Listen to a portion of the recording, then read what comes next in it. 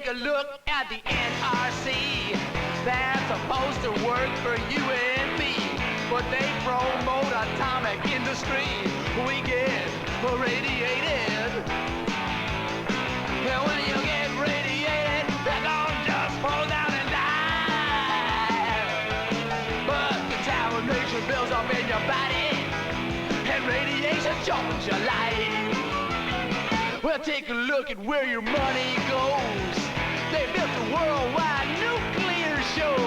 We gotta get up and tell them no, we don't wanna be radiated. You put your left foot in, you put your right foot in. Say goodbye to your feet. Hell, they poison all the air you breathe and all the food you eat. Look at the Pentagon, what do you see? Those boys are planning World War III. They're playing games with humanity. We get radiated. Well, we gotta get together and stop those Pentagon plans. 'Cause there won't be no future if we leave it in the military's hands. Take a look at where your money goes. You see the military budget grow. We gotta get up and tell them no, we don't wanna be radiated. You put your left foot in, you put your right foot in. Say goodbye to your feeling. They poison all the air you breathe. Radiation leaked out at Harrisburg. For the first 3 hours, they tried to contain the news of the meltdown at TMI. They tried to put a blanket on all the media. We don't know how many accidents happened up there that we weren't told. Med-Ed's not the one that told us. There was a person on a two-way radio that got word of what was going on inside the building, and he's the one that left it out then to civil defense. At TMI, it leaked out. The workers were talking about it. Civil defense monitors were going up. If there was no way they could have hid the news of the meltdown at TMI. They had film clips of a helicopter with the monitors approaching TMI. And before it got over the smokestacks, you could see the Geiger counter just redline, you know, while they were over it and as they went past it. And nobody in the cockpit said a word about what the Geiger counter was doing. They had the sound on and everything. But you could sit there and watch the needle just redline itself. And I saw that, then I called my mom and dad and told them to get the hell out. I said, those folks aren't telling you everything. They brought on the news that there was a crack in Unit 1 reactor, and the goosebumps just went up and down my arm because this has been a nightmare, the whole thing to us, and it has really changed our lives. I guess it has really touched us the whole way through, I guess you'd say. Oh, yes. There were some of them deathly afraid of the situation. It's like electricity, you know, people don't stick their finger in the socket because they can't see the volts, and that's the same type. The only thing is this gives off more deadly stuff, you know, that you cannot see, and it gives it off, such as iodine, in the air, and, you know. The information that we were getting here in the immediate area was so scratchy until we did not know just how serious this whole thing was, that we were sitting on a powder keg here, and at any time that we could have been in a very serious danger. A 25 microcount is normal background radiation. We got 350 count within the school, and then we got something like 25,000 outside of the school. We opened the window, which we were not supposed to do, put the counter out, and it sounded like a machine gun. It was just, instead of the normal little click, click, click that you get, it was just a barrage, just a continual sound. No, I had 16 goats ready to deliver, and I couldn't go anywhere unless I took them with me, so I had to stay right here, and I was outside working in the barn and on the land. So whatever we got from that, why, I got it. I just left because I was scared. I didn't know anything about strontium-90 or plutonium or uranium or anything at all. We moved our kids out of the area, which some of the children didn't. But to tell us it's not safe for a preschool child to be in the area, well, how do I know it's safe for my 8-year-old son to be in the area if it's not safe for a 5 or 6-year-old son? Then when I got out to the van, then I really knew what happened because my mom and dad were there and we had everything packed in the van, ready to go down to my grandma's. And well, then I got really scared.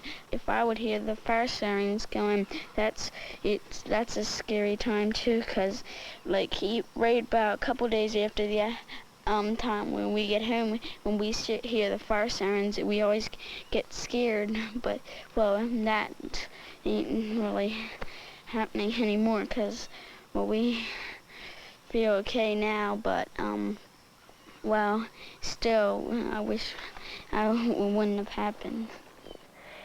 It was weird because all I wanted was to get my husband and my daughter and leave.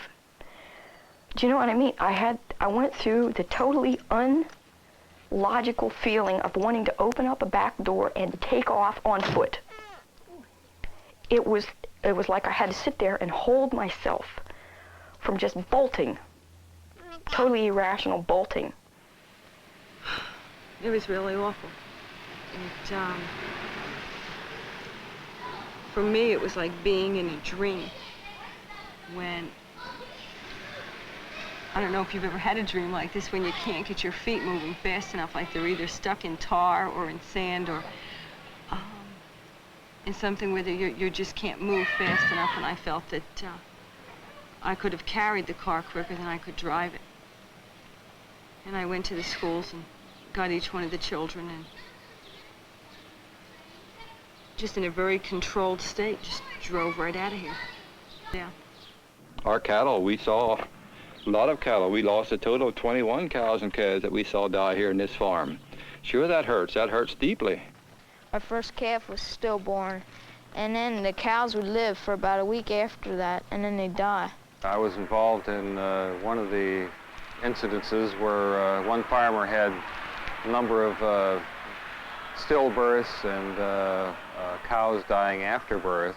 We had our first calf that was stillborn, and the cow lived for about somewhere around 6 or 7 days after that, and then the cow died. We had 7 cows that had calves stillborn, and then the cows died a week after that. We've had red blotches on our arms over that period. We had blotches that big red, bright red in our arms. We took baths, and the next day or two it was gone. But that was definitely radiation exposure. But sure doesn't make you feel good to realize that me and my wife and family have been exposed to it. It sure doesn't make you sleep good at night, put it that way. There's 17 farmers that we're in contact with that have lost cattle and had cattle-related deaths and things like that in the area. And to date, we have severe deficiency, which is shown as severe arthritis, blindness, multiple fractures of bones all over the body, especially the rib bones and the long bones of the animals. And this fracture area were of multiple nature. The state veterinarian's office had looked into that, and as I understand it, these were found to be a result of virus and not radiation-induced. Radiation takes a long time to produce any health effects anyway. It doesn't happen right after. And this indicates that there was some type of an imbalance or some type of a deficiency that would cause this.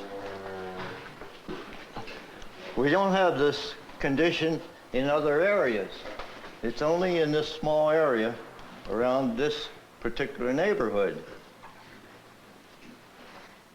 When the wind is coming this way, it's always on cloudy weather, and the vapors from the plants do not rise very high in the air. Therefore, they're not dispersed over a large area.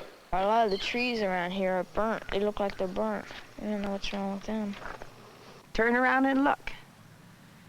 I wondered why the abnormality of the color of the leaves there. I noticed the birds right after TMI accident. They were picked up, were just laying dead. There's about 7 farms on this side of the river that are having trouble. And they're with us, but they won't tell the public about it because they're scared that they'll get cut off by the milk company and things. My milk market is at stake because I spoke up. Due to the reason that I did speak up, the publicity, what it's going to do to the milk market and things like that, I can see that point. But if I keep quiet and they fire this thing up and it does something a whole lot worse, won't I feel guilty, feeling like I should have spoke up more than what I did? If I see people killed, that may be prevented by somebody speaking up and trying to tell the truth. We never had this trouble with them before we had the power plant over here. Was my daddy moved here in this place in 1914. Right after the accident, I had 4 baby lambs born. They looked perfectly normal. They only lived a few hours. And I had a pregnant goat die full of 4, there was 4 babies in her. We had her autopsied. And I had 2 other baby goats die. And rabbits, which I have always been able to raise, 4 litters in a row were all born dead and deformed right after that. Those few days we spent at the house right across from 3 Mile, we did get sore throats, which it does affect your thyroid glands in your throat. And everybody around the area had the sore throat. And doctors wouldn't believe you. They say it's your imagination. People, their senses are extremely heightened as a result of this. People can smell, see, and believe they're seeing things that aren't there. Literally hundreds of people in the Harrisburg area have experienced the classic symptoms of radiation sickness over the past several months. Now, I might be somewhat skeptical of this, given my own personal background and biases, if I had not been one of those. Well, the wind was coming from over there, and I was hanging my wash up, and my eyes really burnt. Water was running out of them, and I was rubbing them. I had bloodshot eyes till I had my wash hung up. Many, many people have reported sore throats, nausea, diarrhea, skin rashes, burning eyes, the so-called metallic taste and metallic odor. I've also had, I was down around the plant also, and on certain days you could taste a metallic taste in your mouth. The next morning you could taste it in your mouth. Left Friday, and we came, my parents came back Saturday, and I came along to help do the work. And during that day I got sick on my stomach, and my lips tasted funny. Like, they said the iodine makes your lips taste bitter-like. And so I went in and laid down for a while, and then we went down to a restaurant near here to get some food, and it tasted awful bitter. Nothing tasted right. So they told us that if you tasted down your lips, and if you were sick, I was nauseous and things, if you were like that for more than, they said, an hour or so, that you had too much of the radiation. And I had it for about 8 hours. That don't sound too good. And people say no one died as a result of the accident. That's absolute medical ignorance to say that, because no one just drops dead from radiation. It takes a long time for the cancers to develop. They just told us there ain't nothing they can do about it. The instant that you're irradiated, the chain of events in some cell, and you set in motion irreversibly on the path to cancer. And that means that the injury is immediate, not later. You now have the formation of cancer. Radiation is going to continue to be released in Harrisburg for the next 2 years as that accident is cleaned up. It's a guinea pig population. The incidence of malignancy is obviously going to rise, and genetic disease, it's going to take 20, 30, 40, 50 years to discover what that means. Of course, we're not all dropping dead right now. But in 20 years, come back. We're going to be some of the loudest sick people anybody has ever seen. Do you have a thought about why they do body scans? Well, they're looking for radioactive materials in their bodies. The trouble is that plutonium doesn't emit gamma radiation, and the body scanners only measure gamma, which is coming out of the body. Alpha radiation only travels a distance of a couple of cells in the body, and beta radiation a little further, but it doesn't get out the body. One good way to allay the public's suspicions would be to have them do a whole body scan, because nothing is going to show up anyhow. So they were just testing to see if people had stuff inside them. And I know one woman said to me that she had radiation in her body, but they said it was because she lived in a stone house. Just because the house just happened to be next to Harrisburg reactor didn't seem to bother them at all. This is precisely the kind of thing they told to the people around the area of fallout in Utah. That when there were high levels registered, they said, oh, well, your drinking water has got a lot of natural radium in it. There is no such thing as cesium-137 and strontium-90 in the natural environment. Some of the children that from my practice were tested for radiation. They had body scans, and it was found that there were increased levels of radiation in their bodies. So what are we supposed to tell these families? That there is indeed increased level of radiation. We don't know what's going to happen, and they are just part of the experiment. But and the Nuclear Regulatory Commission released the body scans and gave them to the family, and they told them this is it. This is the background radiation, and the amount of radiation that your child has is above background, and it's this much. So I think that it creates a lot of anxiety in the parents. Where was the cesium in his body? The level shows a rise from head to toe, but mostly in the head, mostly on the upper body. Who showed it to you? The pediatrician. Well, cesium's only made in nuclear reactors. I want to show you this chart because I think it's interesting.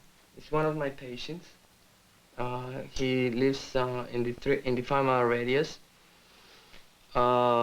This is the background radiation, and this is the amount of radiation that it's definitely above the background radiation of this patient. This is the head and this is the feet. They give this chart to the parents and say, wow, well, yeah, it's high. Probably you live in a brick home. What are the parents supposed to think? They say, well, it's minimal, it's only 2.03 cesium.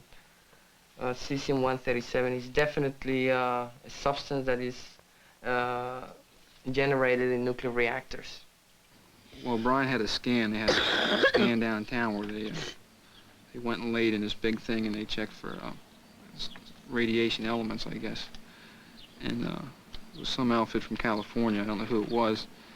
And they went back and they had mentioned to Stephanie about we must live in a brick house because it showed he had some, I don't even know what it was really, but he was a little higher than most people. And they said, well, you must live in a brick house, this is the reason. So we were a little concerned after we thought about that for a while, and we got in contact with the people to get the results of the test, and it took us, what, 6 months? No. How long did it take us to get the test? Well, we got the test, and then we took it to our doctor, and he said he could get someone to analyze it for us. And then just this past week, we finally got to talk to him, and there's 2 things they tested for, and one, he had told us one was cesium, which is, I think when the core melts, that's what comes out, and he had a higher than normal reading on that. So, that's the only real evidence that we would think. And plus, everything has come out in the press now, where maybe there was a lot more that came out than we know of, the instruments went bad and all that. Did the doctor tell you what to do? He said there wasn't, anything that we can really do because it's never happened before, and that the only thing we can do is keep getting physicals for the children and just keep an eye on it and see if anything develops. He said there's just nothing to compare it to. He says it may have an effect, it may not. It's just nothing they don't know.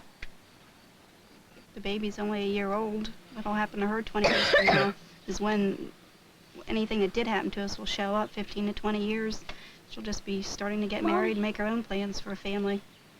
How do you tell her she can't have any kids? Because of 3 Mile Island. What do you feel about nuclear power now?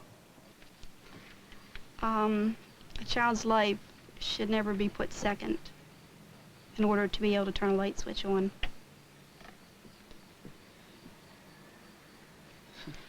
I agree with that. And I have strong feelings on that, too.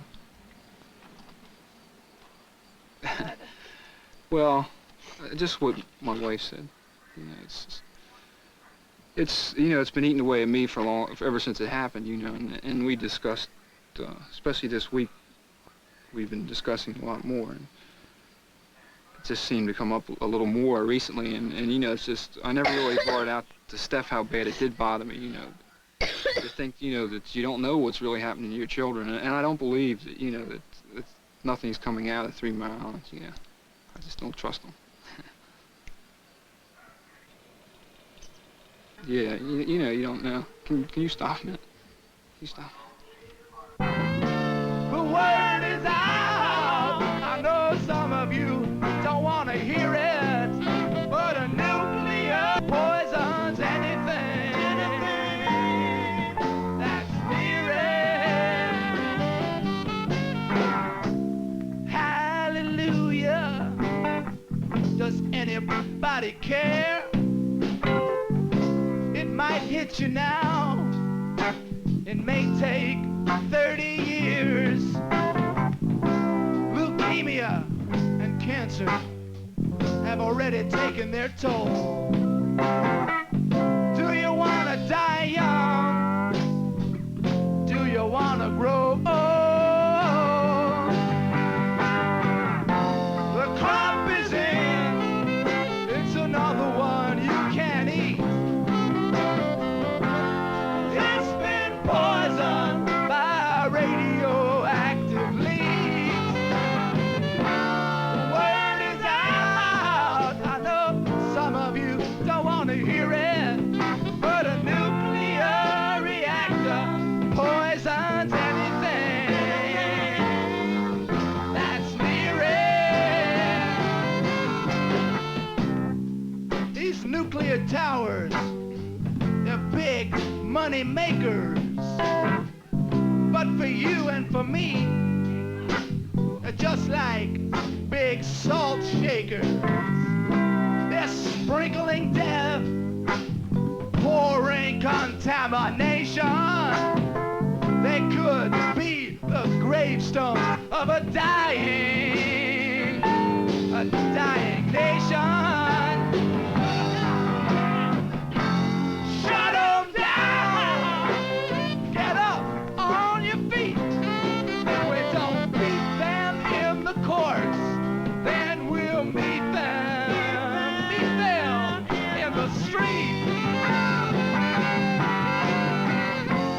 Shut 'em down! Get up on your feet! If we don't beat them in the courts, we gotta meet them in the street.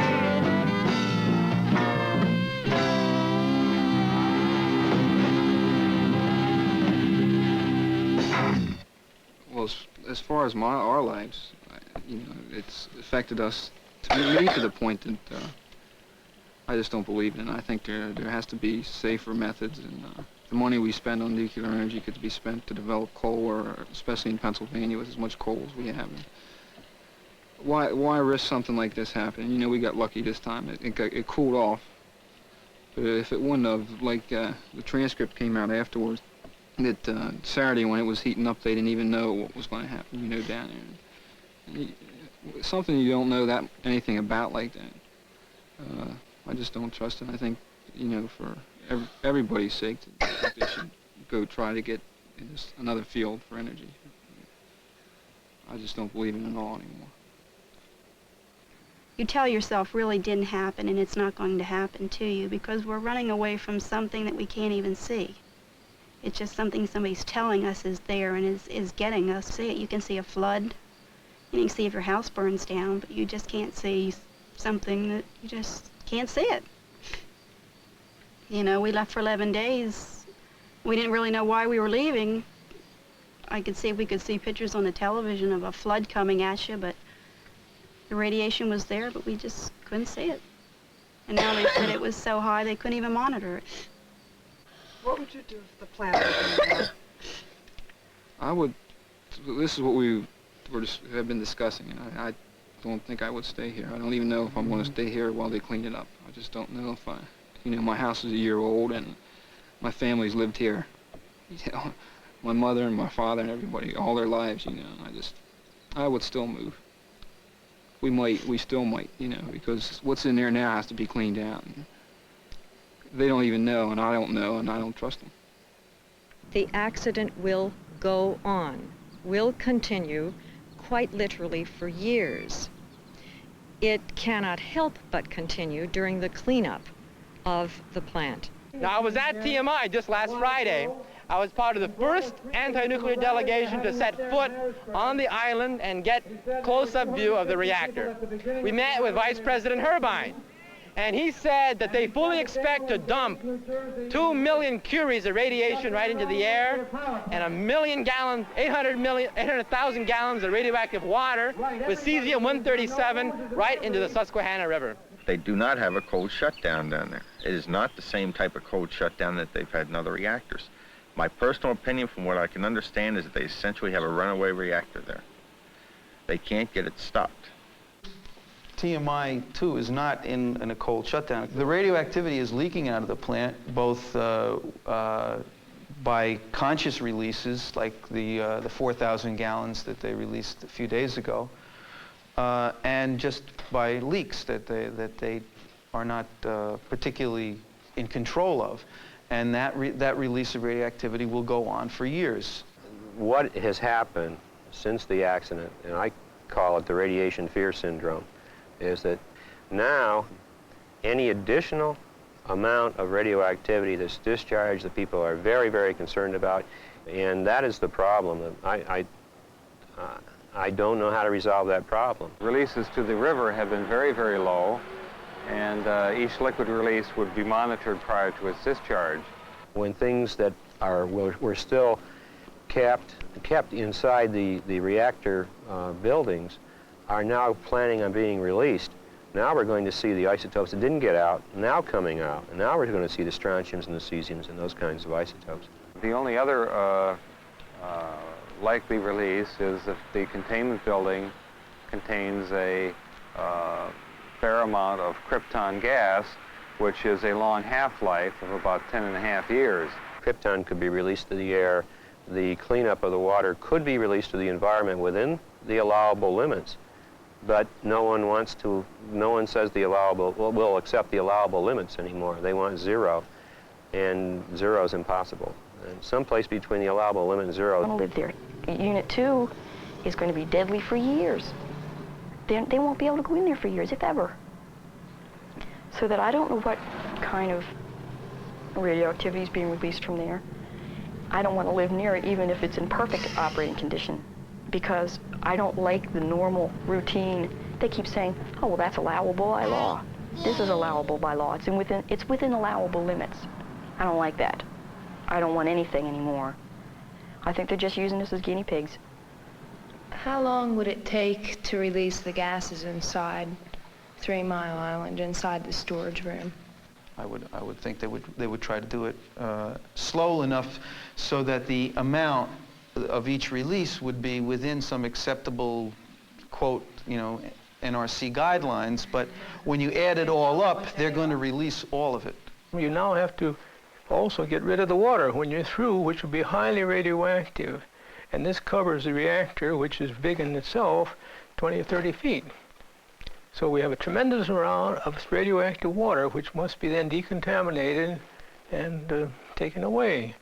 Put where? Well, the only way that's been suggested is to dump it in the Susquehanna after it's been decontaminated.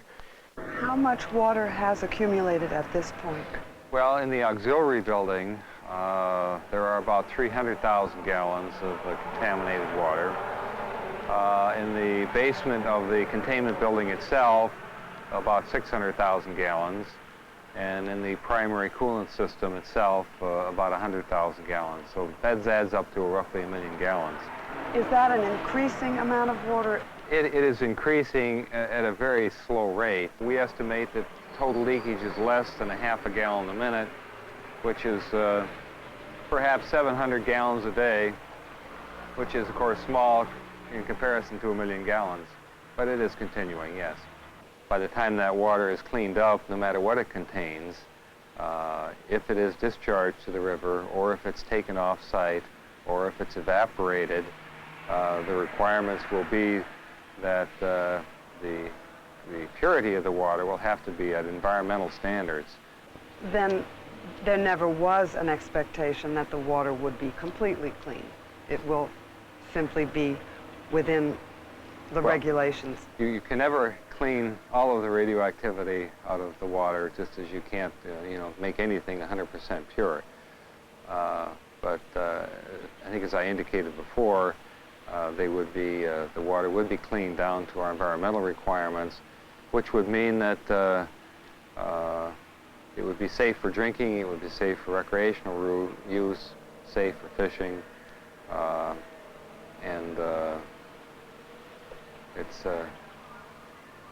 not within our regulations really at this point in time to require it to go further. What do you think about the way our government has managed nuclear power, nuclear energy? What can I say? Gross. They lie. They're lying at Harrisburg. The NRC have lied. When anybody can say, we'll give you 1/10 of a millirem per year, and insist on the standard being 1,700 times higher, you can only draw one conclusion. This undoubtedly is the biggest liar I have ever encountered in my entire existence. They don't understand genetics. They don't understand biology. They say it's safe. They say it's safe because they don't understand it. And they are dealing with human lives, not just now, but for the next 1,000,000 years, because that's how long the radioactive waste remains potent. The entire nuclear energy industry rests on a fraud. And that fraud is that there's a safe amount of radiation. That's what they sell to the workers. That's what they sold to the utility companies, and what the utility companies have been selling to the public. Now, inside that reactor, the radiation level is extremely high. And eventually those men are going to have to go in there. And there are going to be every precaution taken before they do enter to make sure that no one does receive more radiation than they're allowed. And I think we have the people down there that are capable of looking at the situation, and when they say it's okay for our people to go in, then I feel that it's safe for them. We do common laboring work. So therefore, in the restoration of this plant and the decontamination of the plant, the labor will take a great part in that facility. Now, it'll be problematical and be interesting to note how many of our people will actually work there. We can't force people to go to work. That's against the Second Amendment. It is highly dangerous. It is lethally dangerous. And we have workers dying every day today from exposures that occurred 25 and 30 years ago in nuclear activities when the government used to tell everyone it was safe. I don't know whether our safety man, our safety inspector, knows enough about nuclear power to know what is safe and what is unsafe. The fact is it wasn't safe, and it can be established now that it was not safe. We've been out and out lied to for many years as to some of the inherent dangers and the problems, and I think 3 Mile highlights that. I don't think all of the truth was ever known about the problems that we had in other industrial accidents. There's plenty of evidence around today. St. George, Utah is a classic. We survey our members today, the state of health of our members who worked in the nuclear submarine construction phase for defense armaments and implements in this country. And their rates of cancer are 6, 7, 8 times and more what it is for all the people that worked in other parts of the shipyard.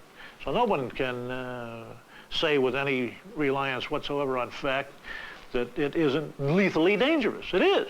The incident is not over. It's still going on. True, the unit's in a state of cold shutdown, but the unit is still there. You have the contaminated water problem. You have, I'm sure, contamination inside of the containment vessel and things of that nature. So the problem is still not over. Eventually they're going to have to go inside when they're going to find. I don't think there's been such a major problem as this before. So it's going to take a lot of new technology in order to remove the spent fuel material in the reactor. Will an evacuation be necessary? a very precautionary one, a small one. It's not over yet.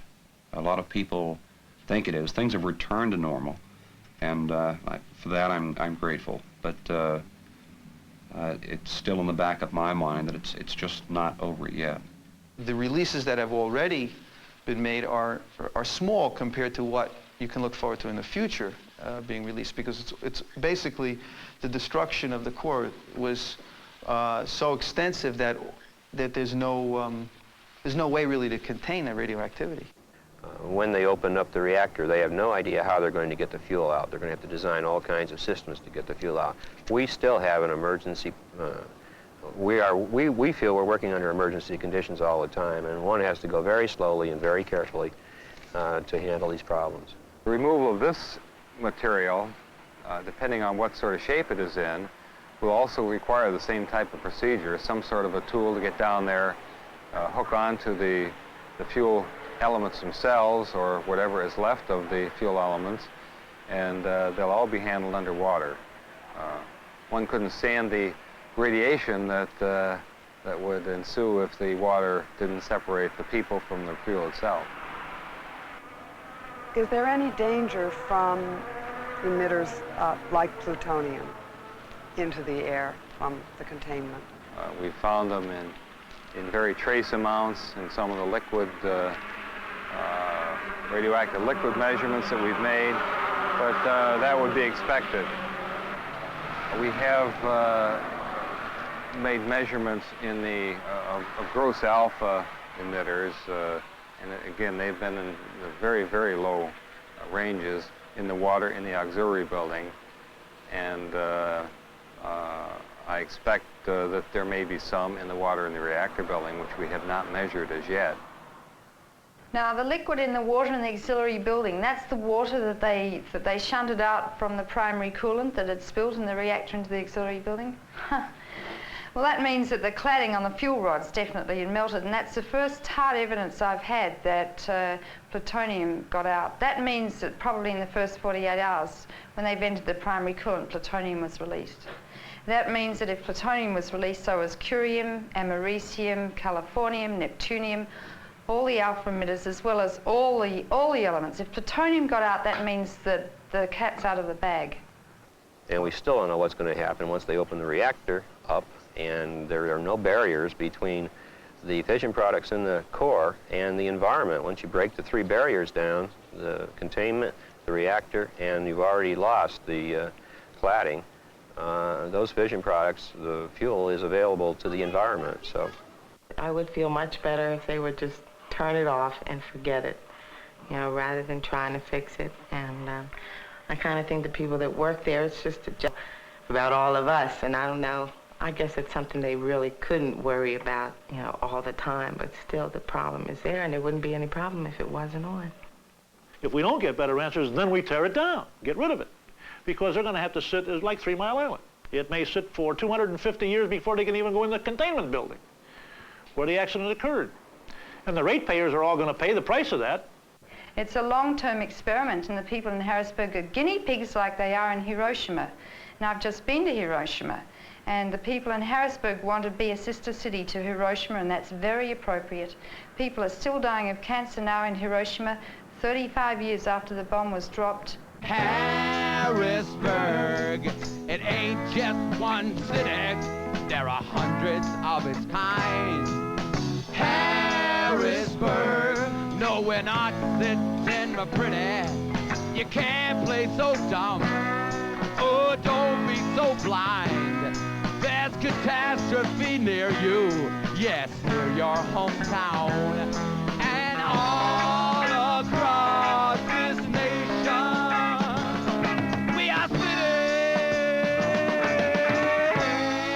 we are sitting on bombs. Shut them down. For the children, we must spread the word. Shut them down. For their future, let's leave them. We must leave them a world. Shut them down. while we can still take a breath. Shut up now. We must save our children. Save them from a nuclear death. Essentially, the core of the reactor is destroyed. All the radioactivity has been released into water and air, and most of it, the bulk of it, is still inside the containment building.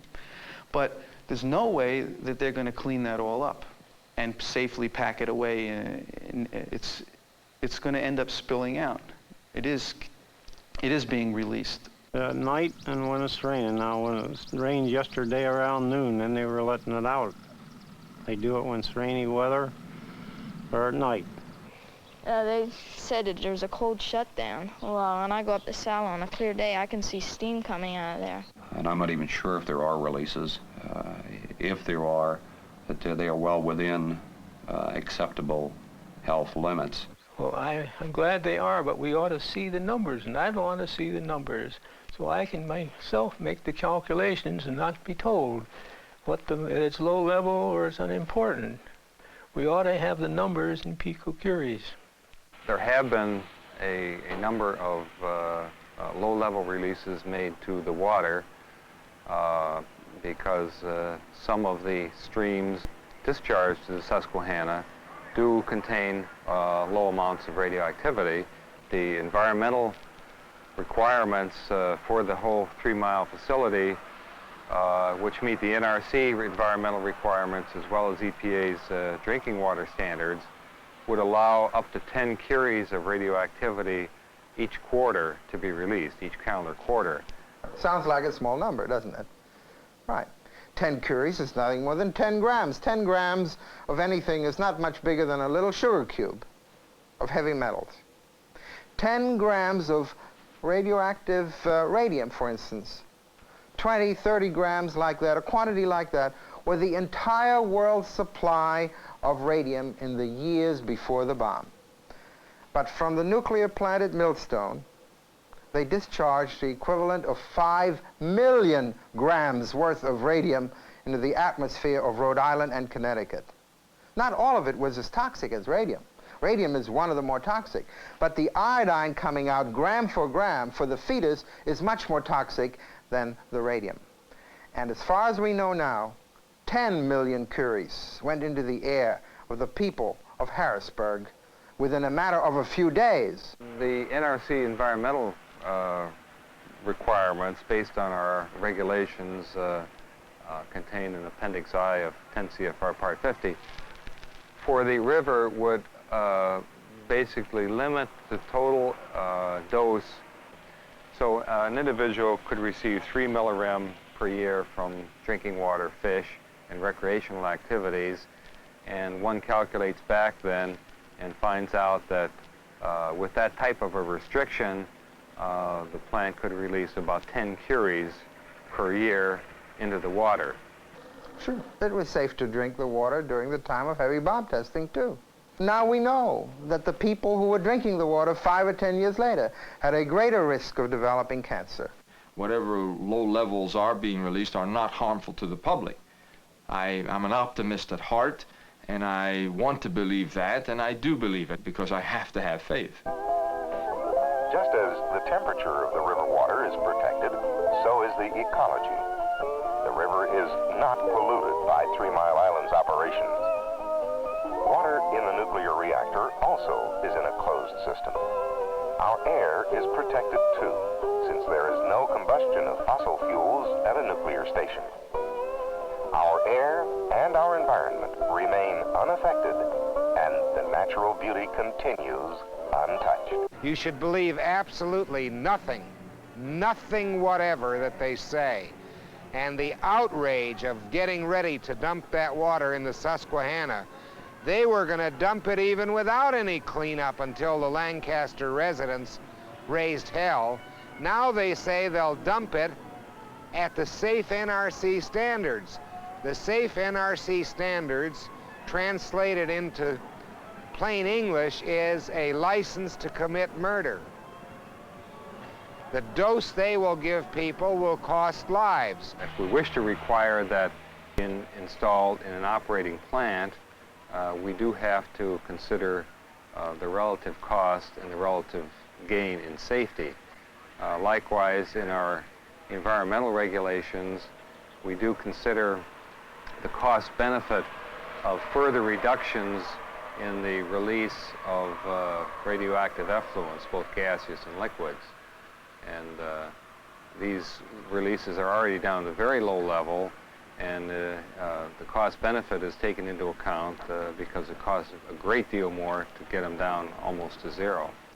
So when the NRC gives you a safe standard, they're saying how many people they think it's all right to murder in exchange for keeping nuclear power plants open. What levels of exposure would a person have to have in order to show symptoms of radiation sickness, such as a sore throat, nausea, or vomiting, things of that nature? Thousands of times greater than they received at 3 Mile Island. You'd have to get into the range of 40,000, 400,000 millirem exposure, 400 rem exposure before you'd really see some serious illnesses. Above 100 rem syndrome. But that, we're talking the average people within 10 miles from the plant got about 8 millirem. That is about 400,000 less than what they would have received to get sick. That's 400 rems. That's just about the LD50, the lethal dose to kill half the population. That man should also be... He's either totally ignorant, and he shouldn't be in the EPA if he's totally ignorant, or he's lying, and if he's lying, he should be put on trial, because that is an obscene statement to make. Well, the plant instrumentation in the stack, which would monitor gases, the radioactive gases going out the plant vent, did indeed go off scale. The problem was the millions of curies of xenon-133, and that's what set it off. Noble gases. These, however, do not stay with the body. They don't combine chemically with anything, and so they are much less of a concern in the xenon. It's a noble gas. It doesn't interact with anything. It just dissipates in the environment. But now we're down to a point in the where the xenons are not as important anymore. They're gone. They've decayed away. Xenon and krypton are indeed chemically rare gases, but that doesn't mean they're not harmful. It turns out that xenon-137, for instance, noble gases, particularly krypton, doesn't combine chemically in biological systems, except that it happens to be 10 times more soluble in fat than water. It does diffuse through the alveolar capillary membrane from the lung into the blood. Krypton-89 will come out the stack, tiny quantities, will turn into strontium-90, sit on the ground with the cow, and then the cow is milked the next day. Well, the milk is taken to be pasteurized to the dairy, and then the next day it's distributed. And the iodine-131 goes in the same way, on the grass and into the food, into the cow's food, and then ends up in the milk that is being fed to the children or the babies or a pregnant mother a day or two later. A very efficient mechanism of getting the radiation from near wherever the fallout came to a city 50 miles away. Even 30, 40, 50, 100 miles away, you can transport this radioactivity, and it turns out that the strontium-90, which has a half-life of 30 years, keeps building up in the bone along with the calcium because the body cannot distinguish between strontium and calcium. Oh, there have been several million curies of xenon. Xenon-137, which is also a noble gas, cases cesium-137, which is also as dangerous as strontium-90. We've got krypton. It's a serious problem that's got to be released. And the other isotopes, the cesiums, the strontiums, and the long half-life isotopes. These are the bone seekers and the ones that can get into the milk and food chain and are of concern during the cleanup process, which is 4 years long. they are going to release all of it. There's no way to hold those rare gases like krypton in. There's no filters. One of the isotopes of krypton is a precursor of strontium-90, decays quite rapidly to strontium-90. None of these elements that are released stay as the isotope they originally started as. They decay to form other radioactive isotopes. The best we can calculate about 15 curies of iodine over the entire course of the accident. That's an enormous amount. The normal emissions from a plant like only 1/1000th of 1 curie. We have estimates of the exposure. I think it's in the range of 15 to 40 curies of radioactive iodine that was released over the course of the accident. That's a hell of a lot of dangerous doses. What can I say? There are 10 to the 12, that's how, a million is 10 to the 6, so that's a million. Or say you can cut that by a couple of orders of magnitude. It's still, you know, say 1,000 million dangerous doses in each curie, and 15 to 40 curies. How many people live in, I mean, that's, and then it all gets concentrated in the food, you see, and then the milk, and then gets into the bodies of people 20 times more sensitive to the effects of radiation than adults. So what's going to happen to the children? I wonder how many thyroid tumours we're going to see and thyroid nodules in people living in Harrisburg. Take a look at Harrisburg. Pretty soon we'll know how bad they got hurt. Now they're going to try to cover up the dirt. Those people got radiated. At the NRC, they're supposed to work for you and me, but they promote atomic industry. We get radiated. When you get radiated, you don't just fall down and die. But contamination builds up in your body, and radiation shortens your life. Take a look at where your money goes. They built a worldwide nuclear show. You gotta get up and tell them no, you don't want to be radiated. You put your right foot in, say goodbye to your feet. They poison all the air we breathe and all the food we eat. Look at the Pentagon, what do you see? Those boys are planning World War III. They're playing games with humanity. We get radiated. When radioactive material, it stays there, and over your lifetime, one after another, these atoms a transformation, and they emit a little piece of energy. It could be an electron or a beta particle. It could be an alpha particle. It could be a gamma ray. But that energy will gets emitted inside you, and it tears up some of the chemicals bonds that are holding together the molecules that your cells are made of. Those cells can be destroyed. You're saying that once your body has been exposed, there's no way of getting rid of this. That's right. Once it's been incorporated into your body, it stays with you. I don't think you can ever hope to become immune to a process that dismantles the molecules that you're made out of. That's not you're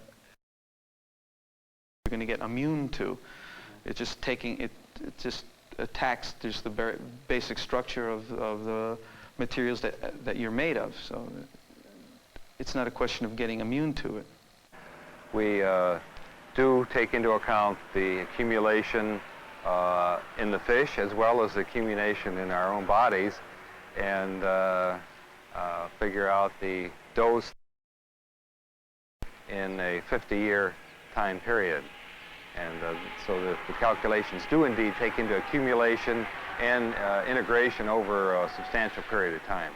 So if you drink water that contains strontium-90, or you drink milk that contains strontium-90, it may be low levels by somebody's definition, but you're accumulating that. Well, the part of our agricultural community is the finished product of milk, pork, poultry, both meat and eggs. A great deal of grains are raised, but they're not, Pennsylvania is not self-sufficient in the production. Myself, I wouldn't even buy any dairy products that even come out of that area now.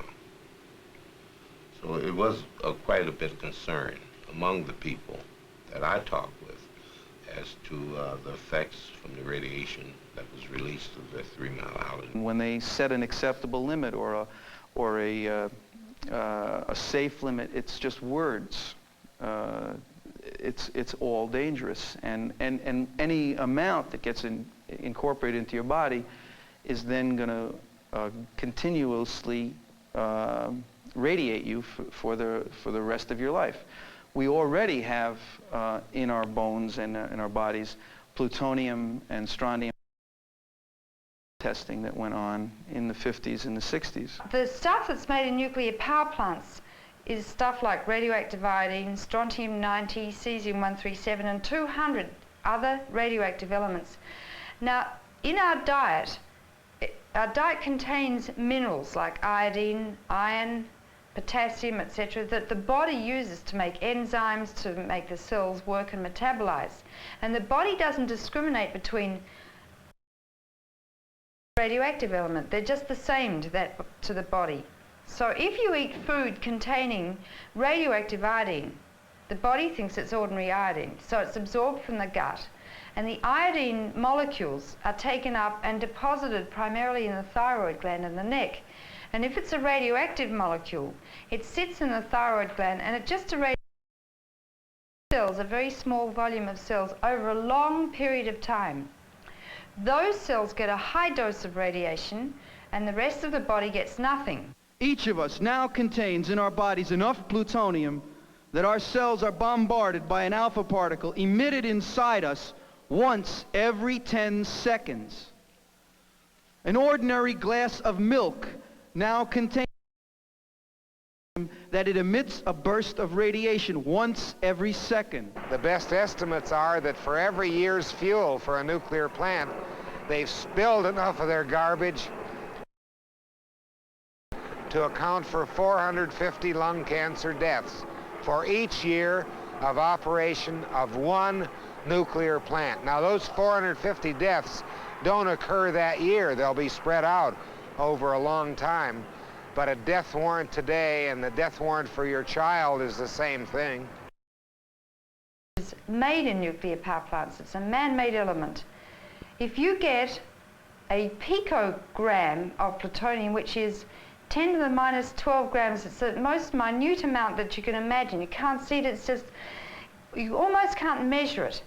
The dose that that amount gives to the surrounding cells, Dr. John, 132,000 rems. And I said if you get a dose of 500 rems to the whole body, that's a lethal dose. 132,000 rems from a picogram of plutonium. It's almost sort of like talking about infinity, like space going on forever. Radiation, it's bloody high-level radiation, and that's why these materials that are made in nuclear reactors are so carcinogenic. Let me tell you the facts about plutonium. First of all, it is far worse if you breathe it than if you eat it, because the amount it takes from my own and other researches to produce lung cancer if you breathe it is very, very minute. And if I die of a plutonium-induced cancer, and the plutonium's still in my body, the smoke goes out of the chimney with the plutonium conceivably to be breathed into somebody else's lung. And that cycle can go on for the next 500,000 years. The work of the last year has shown that just the chlorine of drinking water is enough to oxidize the plutonium to a form that if you eat it, it's absorbed 1,000 to 10,000 times as well as all those earlier calculations are based. You better not have any of that plutonium mixed with water that you're from the chlorinated supplies, because it'll be well absorbed and cause quite a bit of trouble. Plutonium just needs to be kept out of the environment in toto, either from breathing or eating. When I first read about plutonium as a physician, I realized that it must never, ever. Denver's contaminated with plutonium from Rocky Flats. Everyone's got a little bit of plutonium in their bodies from fallout. It already is leaking because we're fallible. What happens to fuel rods that are used up under normal operation is that get taken out of the reactor every once a year. About a third of the core is removed, and it's stored right next to the reactor in a kind of swimming pool that has a circulating water supply, because those fuel rods are still generating heat. At present, the fuel assemblies are stored in racks under about 30 feet of water. And these are stored on 21-inch centers. So there is a relatively a lot of area for removal of heat. Heat is still being generated from these fuel assemblies. And some of them, of course, are leaking radioactivity, but what they have been doing is re-rack by going to a 10.25-inch centers for these 8-inch units, and they'll have to then be much more careful with because the heat will now become a problem, and especially if you had a loss of the water that is surrounding them. Now the problem really comes when you realize that if there's an accident at the plant, you may lose power for cooling the spent fuel assemblies and for the air distribution over the spent fuel assemblies. Everybody may run away from the accident and forget about the spent fuel assemblies. And then it would spread to the storage area where you have this tremendous amount of species sitting there. Then you would have an additional meltdown from the hot spent fuel that has to be cooled artificially for years after it is pulled out of the reactor.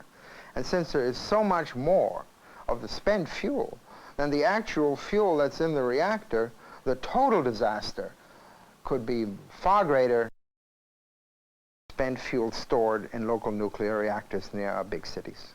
We've got some 25,000 members of the IAM who are directly involved in the manufacture, the processing, and the handling of radioactive materials.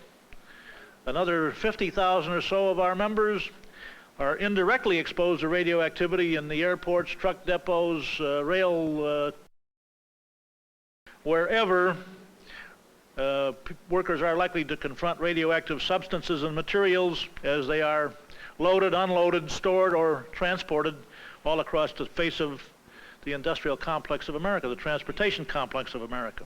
You don't know why they want to put you in this situation. You know, they want to put the people in this situation. Why they continue to use it is beyond me. I don't know. Why can't they use all their brains for the sun? I guess some people find it incredible that Metropolitan Edison would be willing to destroy the entire central Pennsylvania area in order to maintain their profits and the idea that nuclear power is safe. The sun. That's the holdup right there. That's the whole thing. It's money. All of this nuclear power technology was developed at public expense and given free to these corporations who are now making money with it. But, you know, there's that, well, the government said it's okay, you know. It's a USDA approved sort of label on radiation. The real criminals of our era are those that promote nuclear energy and outside. And they're doing it by subverting the Constitution of the United States. It's just clear. If the nuclear industry had in any way to stand behind its product, as every other industry has to in this country, and as every individual has, the nuclear industry would close tomorrow morning because they're perfectly happy to risk your life, but not their dollars. Big business, corporate business, can't control the sun. They can't say, this is our sun, you pay us to use solar energy. You can develop your own solar panels and use your own solar energy and be totally independent of any corporation, and they won't make a profit off of you if they can't control your energy that you use. The private investors who put up allegedly risk capital didn't risk anything. It's already in the electric bills. And as long as it sits there idle, it's going to be paid for by ratepayers. And I don't think we ought to be afflicted with that. If it's risk capital in the great American scheme of things, then let the risk takers absorb the loss. But that isn't the way it is. So it's lethally dangerous, it's economically dangerous, and it has the potential to be suicide. There's an awful lot of government subsidy in the construction of the plant. There's money in making the fuel. There's money in selling all the byproducts and everything connected with it. It's one of the largest potential industries, and they projected enormous increases in the growth rate of electricity and things like that. So obviously, we're dealing with a situation which had enormous isn't safe, and I don't care, you know, what kind of bull they want to give us about Arabs stealing our money, and I don't believe that nonsense either, you know. What's going on here is General Public Utilities is stealing our money and stealing our lives. And the high rate of leukemia comes working around with low radiation, the things that we're finding out in working in the shipyards with the subs and the atomic energy, those have to be more than just a coincidence. Those should not be buried any longer. Also, we know about the history of fatal accidents. They say no one's ever died in the history of nuclear power. I have the autopsy reports in my office of many people who have died in nuclear power. For example, January 3rd, 1961, an experimental reactor blew apart. It was the SL-1 reactor. There were 3 people working on that reactor, McKinley, Legg, and Burns. Burns was sitting on top of control rod number 9. Control rod number 9 came out 20 inches by accident. There was a power excursion, a steam explosion. The reactor was blown 9 feet into the air. The control rod number 9 was shot up Burns' groin, came out his shoulder, and he died instantly. All 3 people were killed. Burns' face radiated at 1,000 rads an hour. That's twice lethal dose if you were to stand in front of his face for an hour. They could not bury his body. They had to sever the head, sever the arms, and bury the heads and the arm with radioactive waste products. In Arlington, Virginia, in 6 inches of concrete, which still leaks to this very day. And these are scores of nuclear accidents. 1958, Cecil Kelly got blown apart in a nuclear plutonium dump. 1964, Robert Peabody got hit with 50,000 rads of radiation to his body. He disintegrated into a piece of charred carbon. Nuclear Processing Center in Rhode Island, 1964. One nuclear plant today costs roughly $1 billion. The plans of the nuclear industry and all the boys who graduated from Admiral Rickover's Navy, all the market of 1,000 nuclear reactors by the end of this year. Now, wouldn't you lie a little bit or deceive yourself a little bit for $1,000 billion worth of business? It's big industry. A lot of dollars handled in the nuclear business in the last 10 years, and there'll be a industry in the next 10 years. It involves a lot of different operations of the nuclear, from the mining of uranium and on through to the producing of nuclear bombs, which they use with the byproduct of the nuclear power plant.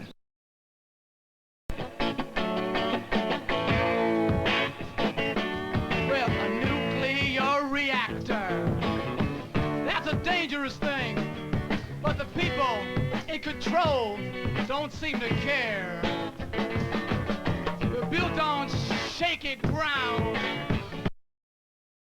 and they're spreading cancer everywhere. Now the people at the top, they don't want to stop. They're getting rich from atomic energy. Blow us all sky high, and greed is the reason why they don't give a damn about the life of you and me. Well, they don't rob any banks, they don't stick up your liquor store, but even Charlie Manson had more. They hide the truth with lies. They're above what's wrong and right, and they're coming for your money and your life.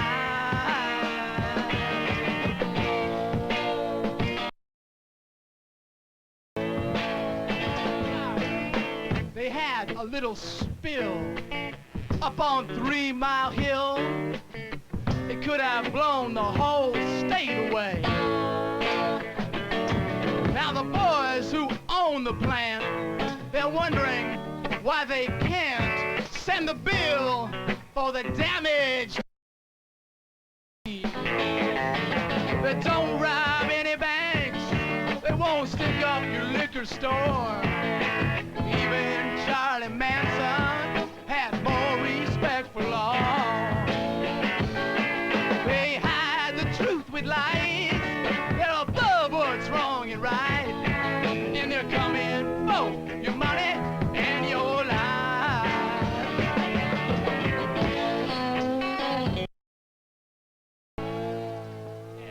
Is there a connection between the peaceful atom, nuclear power, and the arms race?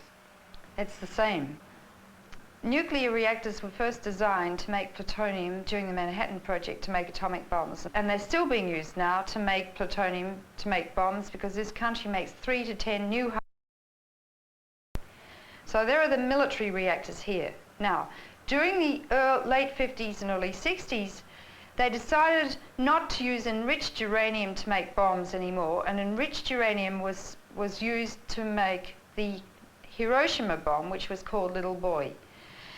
Because they were going to only use plutonium to make their bombs from reactors and not enriched facilities built at Oak Ridge, Tennessee, and they had to use them, right? The theory is among a lot of people now that the enrichment facilities, they thought, what can we do with this? Yeah, we'll use enriched uranium to put in reactors and use the heat from reactors to make electricity. And so the civilian nuclear industry is a direct offshoot from the military industry, from an obsolete process that they didn't want to use for their bomb nuclear industry. I'm talking about our regular plants, which produce up to 100 pounds of plutonium every year. And that plutonium goes into the nice bombs, which then are stored so they can be dropped on people.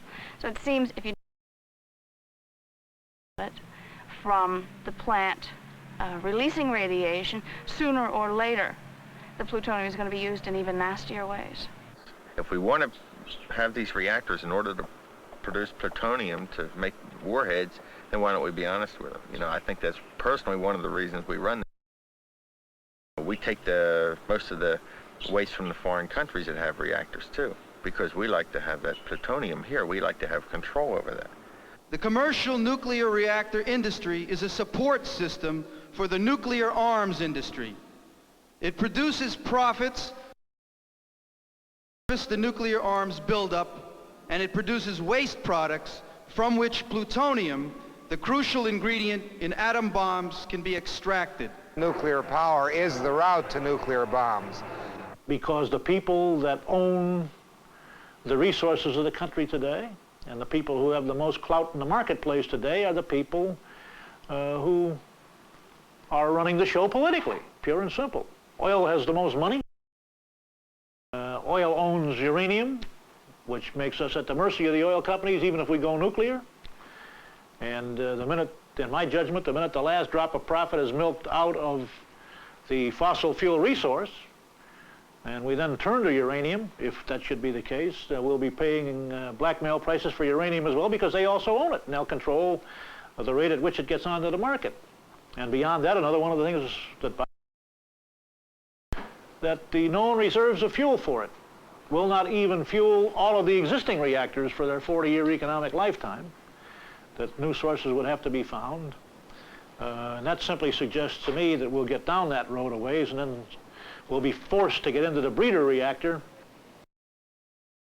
fuel for the others, and because the natural resources will have been exhausted, and exhausted at a cartelized price, and there can never be any such thing as cheap nuclear energy for that reason. Because plutonium is made in nuclear. 1,000 megawatt reactor makes or manufactures 500 pounds of plutonium every year. And that's good for the nuclear industry because within 20 or 30 years the world is going to run out of uranium-235, which presently fuels present-day light water reactors. And so the present-day nuclear energy is a very transitory form of electricity production, but they plan to form of energy production from nuclear energy, which is the breeder reactor. And the breeder reactor takes the plutonium that's been formed in present-day light water reactors, and which I can get into that in a minute, and makes a reactor which is formed primarily of plutonium, a plutonium core which is naturally fissionable, like uranium-235, and it's surrounded by a blanket of uranium-238, which is not fissionable. And fission products like strontium-90, cesium, iodine, etc. It makes heat, boils water, turns into electricity, or generates electricity. But the neutrons being given off by the fission plutonium are captured by the blanket of atoms, and that turns into plutonium. So you end up eventually with a net increase in plutonium, so you keep breeding it forever. If we do have a supply shortage, and I don't think we ever did, but assuming for a moment we did, opinion, to ration the available supply fairly and equally among all the users, based upon need, and give us a fair shot at it, our share. And until they do, we're not being represented properly. And we have a price rationing system which really redounds to the benefit of who? Source, the oil companies. And they aid and abet the Arabs with each new price increase, because every time they get one, they're enriched by it. So we know we can't expect them to walk into the room, and they sit there when the Arabs meet. When OPEC meets, representatives of our company sit in the room with them. Activities, because every time an Arab bids up the price another notch, they are the windfall beneficiaries of it. And I think the American people better begin understanding that and wrest control of this government back in their hands. Shut out the vested interest. And the other thing about plutonium is that it only takes 10 pounds to make an atomic bomb. Now, if we get into the breeder reactor program, which the nuclear industry are hot for doing, it's estimated by the National Council of Churches that by the year 2020 there'll be 30,000 tons of plutonium in this country. Tons. There are now several in the world. Each year they produce at least 70,000 pounds of plutonium in the waste. This waste sits at the reactor sites with nowhere to go. McNamara worked out in the 1950s, if this country had 400 bombs, they could blow up half the Russian population and destroy, and that would act as a deterrent. Do you know how many bombs America has now? Over 30,000. And 3 to 10 new hydrogen bombs are built every day in this country, and we pay for it. We can't trust them. We can't trust them not to drop bombs any more than we can't trust them not to blow up their power plants or spill radiation into the atmosphere or the rivers. It's all of concern for what people really need. Nuclear produces no jobs, permanent jobs as it is. Construction jobs, sure, but once it's built, there are no more jobs. And I think we have to worry about work and its long-term implications, not the short-term or the near-term or the construction term. And if we got off of nuclear, a greater number of jobs than there would be if we stay on it. So it seems to me it's a political decision and not an economic decision. And if we make the political decision to get off of it, that we will generate actually more jobs, short run and long run, and absolutely in the long run. Any other kind of jobs? We do need other sources besides coal and oil, but they have to be developed in the public interest. They can't be developed just to make a profit for somebody. And it's the same thing with the war industry, more so with the war industry. We don't need bombs. We don't need MX and Minuteman, because somebody's making money off of it. Every day, for years and years, more and more weapons are made for profit. You know, they're not made. The frightened of the Russians, the MX is made for profit. The United States has enough weapons now to kill every person on Earth 12 times over, to kill every Russian person 40 times. Rosalind Carter launched a Trident submarine recently. John Glenn announced with exhilaration, now we have retaliation of the Russians. If anyone had said that 30 years ago, they would be plonked straight into a lunatic asylum and the doors slammed on them. In that one Trident submarine, in fact, are enough weapons to blow up every major city in the Northern Hemisphere, and America is building about 27 Trident submarines. of the Russians because they can overkill the Russians 40 times. They're building them for profit. Next year, it's thought that 52 cents out of every federal tax dollar paid will go into the military-industrial complex. There is an intimate tie-in between the production of plutonium and every nuclear reactor used by a small country like another Idi Amin or a terrorist group, and as a result, I do not see how mankind could ever have peaceful nuclear energy without living in constant fear of nuclear terrorism and nuclear war. For Christ's sake, educate yourselves. Learn what's happening to your world. Learn how over half the scientists in this country are employed by the military-industrial complex. Nobody puts it all together except the top management, and they don't put it out to the public. They may know, but they don't level with the public. The arms race are the corporations. That's all obscured by the oil companies from the American people, and I think it's high time they sit up and take notice. They're being taken to the cleaners by a special interest, big oil. The moral, ethical issue is joined right here. Do we want, for the sake of some, to risk the very future of the next generation? You are it. You're the next generation. You are, you know, and the people after you. You'll find behind it is a real political insanity and a commitment towards death and destruction that pervades the whole society. And it could be us. That's what really makes me mad, was the fact that what could go wrong.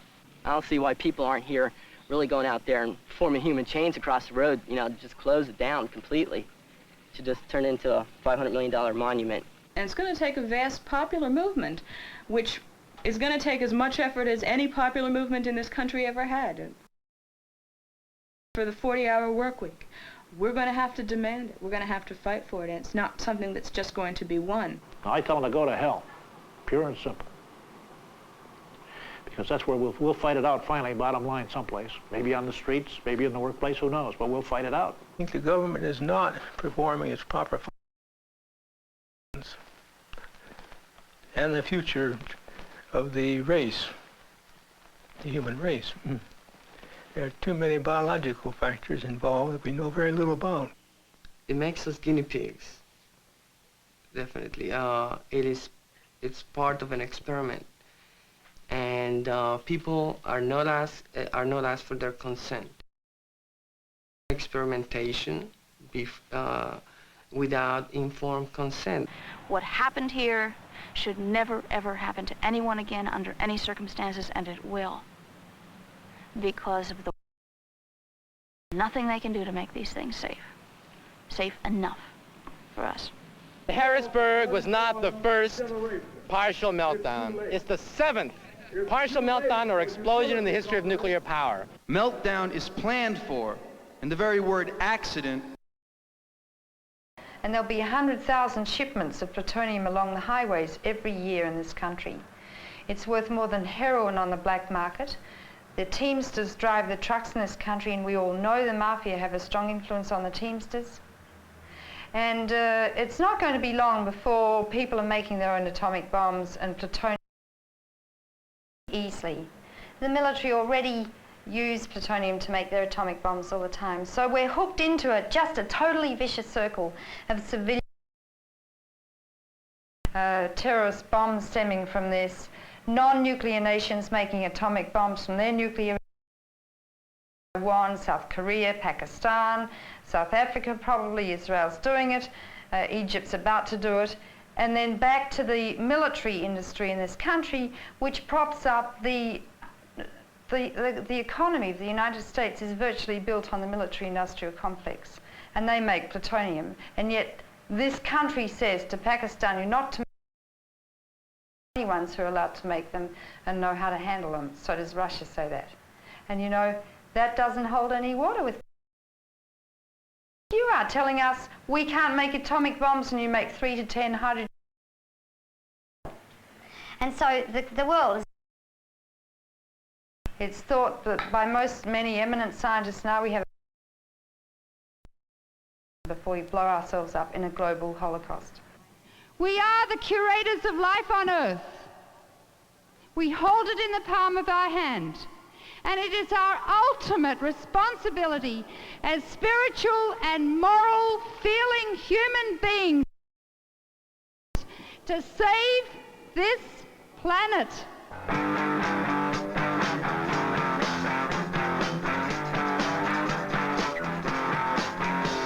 They station soldiers on atomic testing land. They let them get cooked.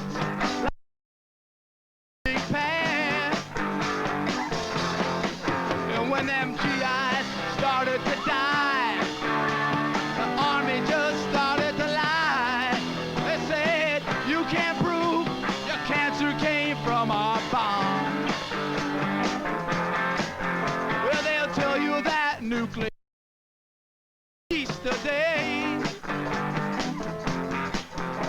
But what peaceful use do they have for atomic waste? None. It's a tool of a nuclear war. That's what they want it for. Don't be fooled by the liars in the Pentagon. It's a war machine. The killers ride around in limousines. We gotta stop them, or they'll kill us all. This country, it's a war machine. The killers ride around in limousines. We gotta stop them, kill us all.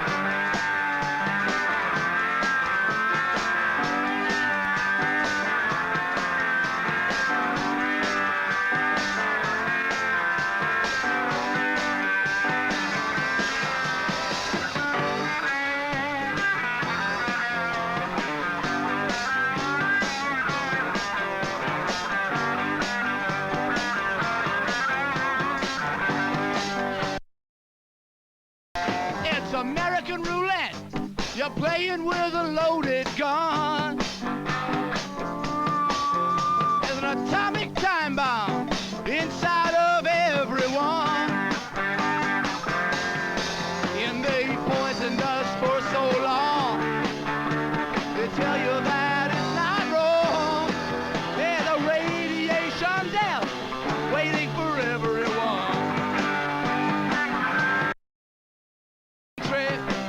It's a war machine. The killers ride around in limousines. We gotta stop them, or they'll kill us all. This country, it's a war machine. The killers ride around in limousines. We gotta stop them, or they'll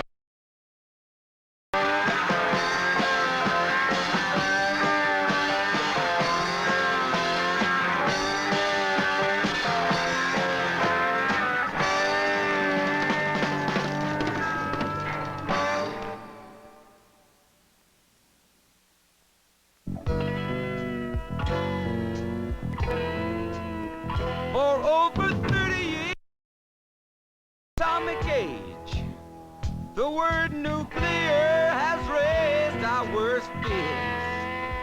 At Hiroshima and Nagasaki, thousands died in a flash, and so many slow and painful deaths. They were the guinea pigs of the first atomic bombing.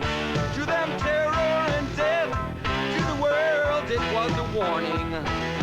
Brought us to the dawning of this deadly arms race we face every day.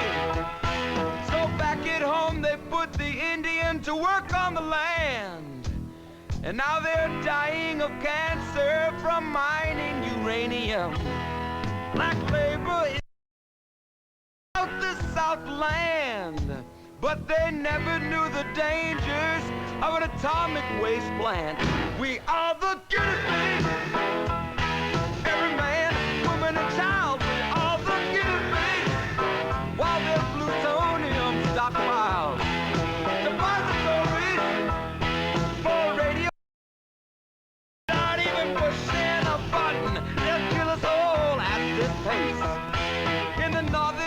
bases or in the plants across the plains. Work is our disposable if it fits their plan. They tested in our backyards, expose us all to radiation. In the name of science, in the defense of this great nation, we are the guinea pigs.